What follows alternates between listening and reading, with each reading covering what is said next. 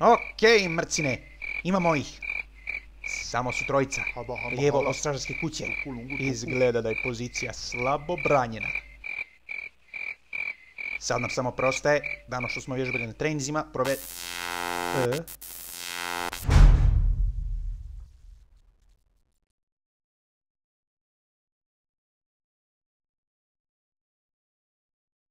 Dečki, je li neko bio digo topik za plaćanje servera?